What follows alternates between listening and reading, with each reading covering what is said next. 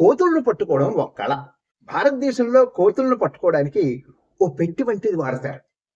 దానికి కోతి చెయ్యి పట్టేంత రంధ్రం చేసి పెట్టెలో వేరుశనగ గింజల వంటివి వేసి కోతికి అందుబాటులో ఉంచుతారు. గింజలకు ఆశపడి ఆ కోతి పెట్టెలో చెయ్యి పెట్టి పిడికిల నిండా గింజలు తీసుకుని చెయ్యి బయటికి తీసుకునే ప్రయత్నం చేస్తుంది.